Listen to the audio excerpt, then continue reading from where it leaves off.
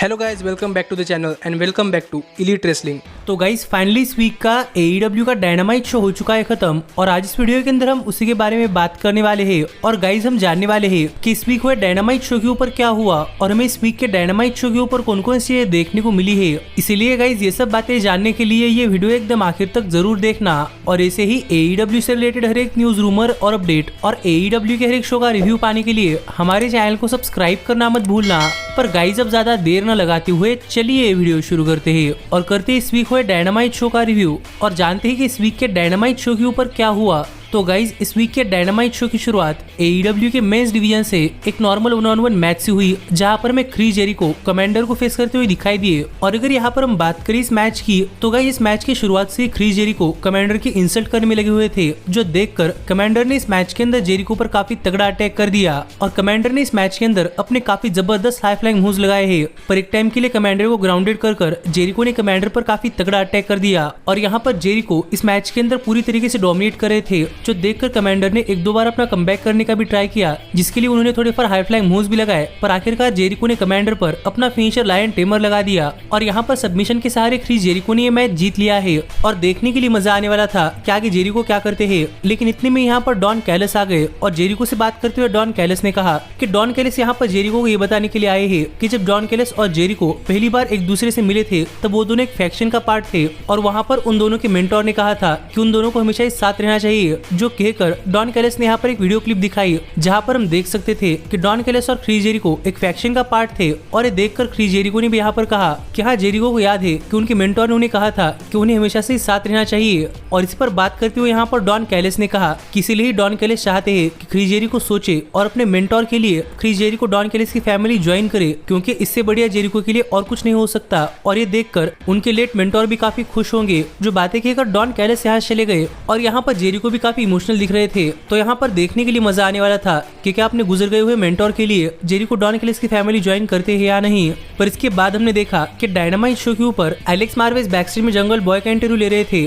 और पिछले 2 हफ्तों से हुक जंगल बॉय के ऊपर आकर अटैक कर रहे हैं, इसलिए इस बार जंगल बॉय अपने गाड़ी से अपना इंटरव्यू दे रहे थे। पर जैसे ही जंगल बॉय ने फिर एक बार यहाँ पर बात करने की शुरुआत की, वैसी सरप्राइजिंगली हुक इस बार जंगल बॉय के गाड़ी के अंदर गए और वहाँ पर जाकर जंगल बॉय पर अटैक करने लगे। लेकिन जंगल बॉय किस तरीके से गाड़ी के बाहर आए, जो देखकर हुक भी गाड़ी के बाहर आ गए और हुक के गाड़ी के बाहर आते ही जंगल बॉय पिछले दरवाजे से गाड़ी के अंदर गए और अपनी गाड़ी लेकर यहाँ से भाग गए, जिससे तो फिर एक बार जंगल बॉय हुक के हाथों से बचकर भाग गए हैं। तो देखने के लिए मजा आएगा कि ये कब तक चलता है। पर आगे बढ़ने से पहले मैं आपको बताना चाहूंगा कि AEW के हर एक न्यूज, रूमर और अपडेट हमारे चैनल पर वीडियो आने से पहले पाने के लिए डिस्क्रिप्शन में दिए गए लिंक के ऊपर क्लिक कर या फिर बॉटम लेफ्ट कॉर्नर पर जो वेबसाइट दिख रही है उस वेबसाइट को फॉलो करना मत भूलना, क्योंकि AEW की हर एक न्यूज, रूमर और अपडेट आपको हमारे चैनल पर वीडियो आने से पहले हमारे चैनल की वेब एप्लीकेशन के ऊपर पता चलती है। पर इसके बाद हमें डायनामाइट शो के ऊपर रेने पिकेट बैकस्टेज में डॉन कैलस का इंटरव्यू लेते हुए दिखाई दी और यहाँ पर रेने पिकेट ने डॉन कैलस से पूछा कि डॉन कैलस, क्रिस जेरिको और ब्लैकपूल कॉम्बैट क्लब इन दोनों की सिचुएशन को किस तरीके से हैंडल करने वाले हैं। और यहाँ पर इस सवाल का जवाब देते हुए डॉन कैलस ने कहा कि जेरिको तो डॉन कैलस के साथ आने ही वाले हैं, लेकिन जहाँ तक बात है ब्लैकपूल कॉम्बैट क्लब की,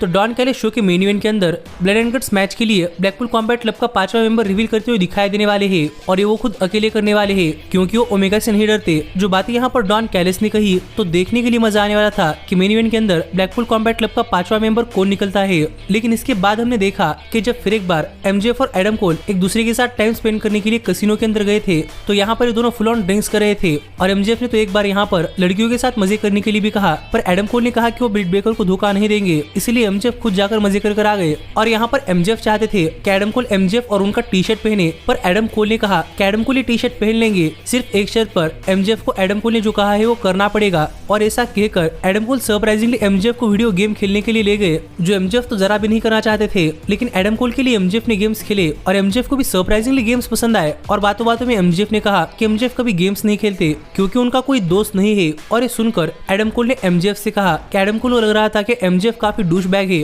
पर MJF के साथ टाइम स्पेंड करने के बाद एडम कोल को पता चल चुका है कि MJF भी काफी काइंड हार्टेड इंसान है और एडम कोल होप करते हैं कि एडम कोल एमजेएफ के साथ AEW world tag team championship जीते। जो बातें एडम कोल ने कही और सरप्राइजिंगली वीडियो गेम के अंदर तो एडम कोल और एमजेएफ ने वर्ल्ड टैग टीम चैंपियनशिप्स जीती, तो देखने के लिए मजा आने वाला था कि क्या ये आगे रियल लाइफ में भी टैग टीम चैंपियनशिप्स जीत पाते हैं या नहीं। पर इसके बाद में डायनामाइट शो के ऊपर blind tag team eliminator tournament के अंदर सैमी गेवेरा और डेनियल गार्सिया मिलकर डार्बी एलिन और ऑरेंज कैसिडी को फेस करते हुए दिखाई दिए। और अगर यहाँ पर हम बात करें इस मैच की, तो गाइज ये मैच इस वीक के डायनामाइट शो का सबसे जबरदस्त मैच रहा है। और यहाँ पर इस मैच के अंदर चारों ही सुपरस्टार्स ने अपनी काफी बढ़िया परफॉर्मेंस दी है और चारों ही स्टार्स को इस मैच के अंदर हर एक पॉइंट पर शाइन करने का मौका मिला है। पर अनफॉर्चुनेटली एक टाइम के लिए इस मैच के अंदर गार्सिया ने एक्सीडेंटली सैमी गेवेरा पर अटैक कर दिया, जो देखकर लग रहा था कि शायद यहाँ पर सैमी गेवेरा गार्सिया पर टर्न हो सकते हैं। पर सरप्राइजिंगली इससे गुस्सा होकर एक टाइम के लिए रिंग के अंदर आकर सैमी गेवेरा ने अकेले ही सब पर अटैक करना स्टार्ट कर दिया, जो देखकर मैं तो काफी सरप्राइज था। और यहीं पर जब एक टाइम के लिए गार्सिया ने रिंग के बाहर ऑरेंज कैसिडी पर अपना सबमिशन मूव लगाया था,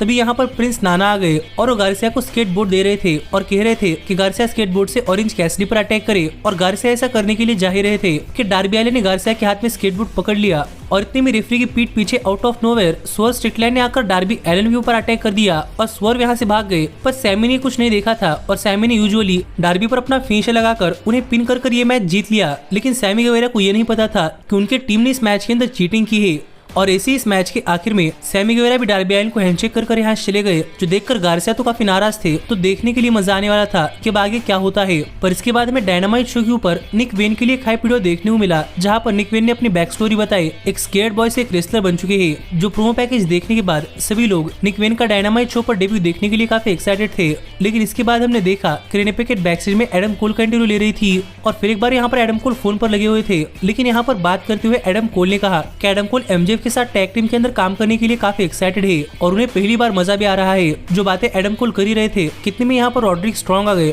और स्ट्रॉन्ग ने एडम कोल से कहा कि क्या एडम कोल भूल गए कि एमजेएफ अच्छे इंसान नहीं है। जिस पर सरप्राइजिंगली एडम कोल ने एमजेएफ को डिफेंड किया और एडम कोल ने कहा कि एमजेएफ उतने बुरे नहीं है। और ये बिल्कुल वैसा ही जैसे कि रॉड्रिक स्ट्रॉन्ग और एडम कोल थे, क्योंकि पहले तो एडम कोल रॉड्रिक स्ट्रॉन्ग को पसंद नहीं करते थे, लेकिन अब रॉड्रिक स्ट्रॉन्ग एडम कोल के बेस्ट फ्रेंड्स में से एक है। पर हाल फिलहाल के लिए एडम कोल को नहीं पता कि एमजेएफ कहाँ पर है और ये कहकर एमजेएफ को कॉल करने के लिए एडम कोल यहाँ चले गए। और ये सब देखकर रॉड्रिक स्ट्रॉन्ग काफी नाराज थे और रॉड्रिक स्ट्रॉन्ग को शायद लग रहा है कि एडम कोल रॉड्रिक स्ट्रॉन्ग को पीछे छोड़कर एमजेएफ को अपना बेस्ट फ्रेंड बना रहे हैं। तो देखना पड़ेगा कि इस चीज पर रॉड्रिक स्ट्रॉन्ग क्या करते हैं। पर इसके बाद में डायनामाइट शो के ऊपर एमजेएफ और एडम कोल मिलकर बिग बिल और ब्रायन केज को फेस करते हुए दिखाई दिए। और गाइस ये मैच इन जनरल रेसलिंग के लिए काफी बढ़िया नहीं बल्कि स्पोर्ट्स के लिए काफी जबरदस्त था, क्योंकि जैसे ही मैच शुरू हुआ वैसे एमजेएफ इस मैच के अंदर बिग बिल पर पावर स्लैम लगाना चाहते थे, लेकिन एमजेएफ बिग बिल को उठा ही नहीं पा रहे थे, जो देखकर एमजेएफ मैच छोड़कर जाने के बारे में सोच रहे थे। पर एडम कोल एमजेएफ को वापस रिंग के अंदर ले आए, जहां पर एमजेएफ बिग बिल को उठाकर पटकने में लगे हुए थे और एडम कोल ब्रायन केज के साथ पुशअप कंपटीशन कर रहे थे, जो देखकर काफी मजा आ रहा था। और ऐसे ही मैच आगे बढ़ा, जहां पर इस मैच के अंदर बिग बिल और ब्रायन केज ने मिलकर एमजेएफ और एडम कोल पर काफी तगड़ा अटैक कर दिया।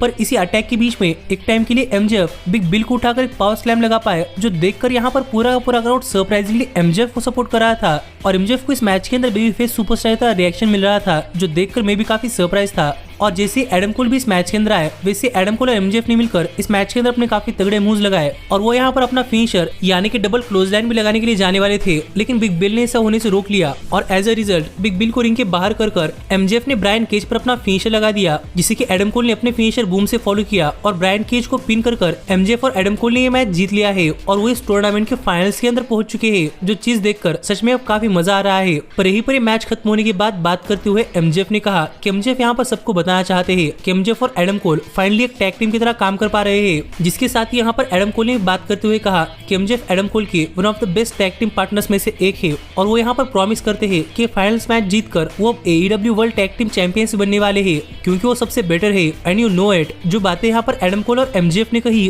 और ये सब चीजें बैकस्टेज से रॉड्रिक स्ट्रॉन्ग देख रहे थे, तो देखना पड़ेगा कि स्टोरी आगे किस डायरेक्शन के अंदर जाती है। लेकिन इसके बाद हमने देखा कि रेने पैकेट बैकस्टेज में जेक हेगर के साथ थी और यहाँ पर जेक हेगर ने रेने पैकेट को बुलाया था, क्योंकि जेक हेगर जेरिको से बात करने के लिए जाने वाले थे और वो चाहते थे कि ये इवेंट्स डॉक्यूमेंट हो। और यहाँ पर जेरिको के लॉकर रूम के अंदर जाकर जेरिको से बात करते हुए जेक हेगर ने पूछा कि क्या जेरिको सच में डॉन कैलिस की फैमिली ज्वाइन करने के बारे में सोच रहे हैं, क्योंकि जेक हेगर ने अपने पूरे करियर के अंदर क्रिस जेरिको को फॉलो किया है और जेक हेगर नहीं चाहते कि क्रिस जेरिको इतने बड़े सुपरस्टार होने के बावजूद डॉन कैलिस जैसे सुपरस्टार के साथ अपने आप को अलाइन करे। और जेक हेगर यहाँ पर ट्रूथ चाहते हैं कि क्या जेरिको सच में डॉन कैलिस के साथ जाने वाले है या नहीं, जिस पर जेरिको ने भी कहा जेरिको भी पूरी तरीके से श्योर नहीं है और जेरिको जेरिको का आंसर सुनकर सरप्राइजिंगली जेक हेगर ने अपनी हैट निकालकर जेरिको को दे दी और जेक हेगर यहाँ चले गए। तो देखना पड़ेगा कि इसका मतलब क्या है, कि क्या जेरिको के डॉन कैलेक्स को ज्वाइन करने के बाद जेक हेगर जेरिको को छोड़कर जाने वाले हैं या फिर जेक हेगर जेरिको को वहां पर भी फॉलो करने वाले हैं। पर सच में देखना पड़ेगा कि जेरिको क्या करते हैं। पर इसके बाद में डायनामाइट शो के ऊपर ओवेन हार्ट कप टूर्नामेंट के सेमीफाइनल्स मैच के अंदर रूबी सोहो स्काई ब्लू को फेस करती हुई दिखाई दी।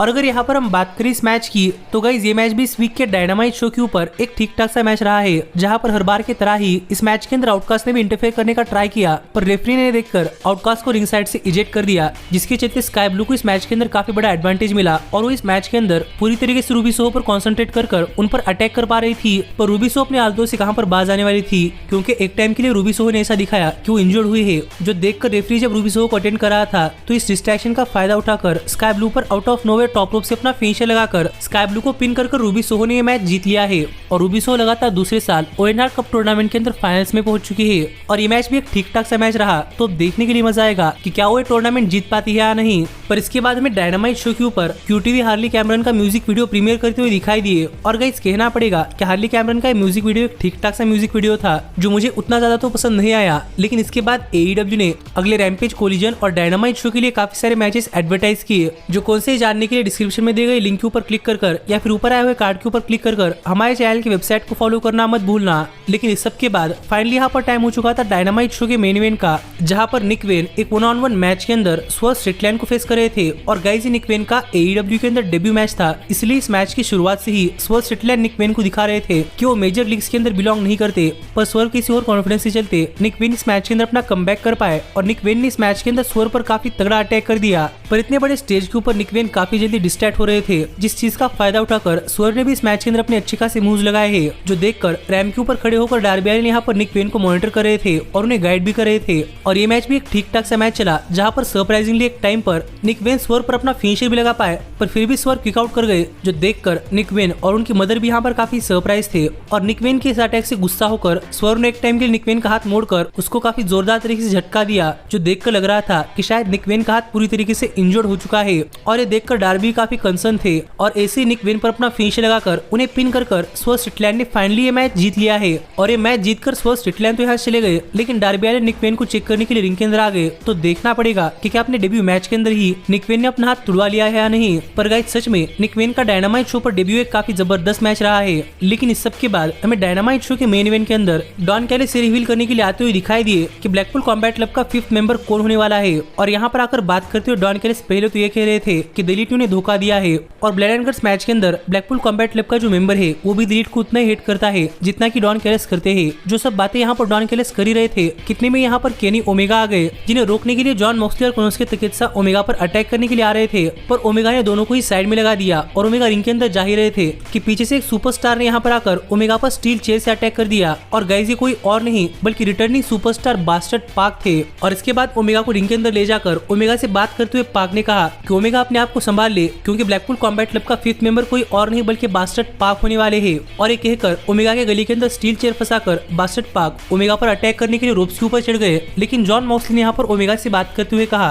कि अगर ओमेगा के ब्लड एंड गट्स मैच से पहले कोई आखिरी वर्ड्स है तो ओमेगा ये वर्ड्स कह ले। जिस पर बात करते हुए ओमेगा ने कहा कि दिलीट का 5th मेंबर कौन है ये जानने के लिए जॉन मॉक्सली जरा टाइटेंट्रॉन स्क्रीन देख ले, जो बातें ओमेगा ने कही। और ओमेगा के ऐसे कहती यहाँ पर सभी लाइट्स ऑफ हो गई और गाइस टाइटेंट्रॉन स्क्रीन के ऊपर एक वीडियो पैकेज चला, जहाँ पर हमें फाइनली पता चल चुका है कि दिलीट का ब्लड एंड गट्स मैच के अंदर पार्टनर कोई और नहीं बल्कि कोटा इबुशी होने वाले हैं। और ये देखकर यहाँ पर पूरा का पूरा क्राउड काफी खुश था। और जैसी लाइट्स वापस आई वैसी दिलीट ने यहाँ पर आकर ब्लैकपूल कॉम्बैट क्लब पर अटैक कर दिया और BCC को रिंग के बाहर कर दिया। और यहाँ पर माइक लेकर बात करते हुए ओमेगा ने कहा कि आज तक ब्लैकपूल कॉम्बैट क्लब और द एलीट इनके बीच में काफी खतरनाक चीजें हुई है, और ओमेगा जो ब्लड एंड गट्स मैच के अंदर करने वाले हैं उसके सामने ये सब चीजें कुछ भी नहीं है। और इस सब के बाद फाइनली यहाँ पर ओमेगा डॉन कैलिस के लिए आने वाले हैं, जो बातें ओमेगा ने कही। और ओमेगा ने क्राउड को गुड बाय कहा, जिससे इस वीक का डायनामाइट शो ऑफ एयर चला गया। और गाइस मुझे इस वीक का डायनामाइट शो काफी ज्यादा पसंद आया है और आप भी मुझे कमेंट कर बताइए कि शो पर आपका क्या कहना है। और ऐसे ही AEW से रिलेटेड हर एक न्यूज, रूमर और अपडेट और AEW के हर एक शो का रिव्यू पाने के लिए हमारे चैनल को सब्सक्राइब करना मत भूलना।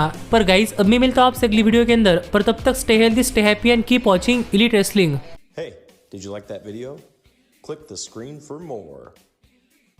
And where do you think you're going? Check out our official merchandise page and to support the entire cast. And thanks so much for being the elite. The Halit, the Halit. What, Nick, you're not going to sing it all with me this time?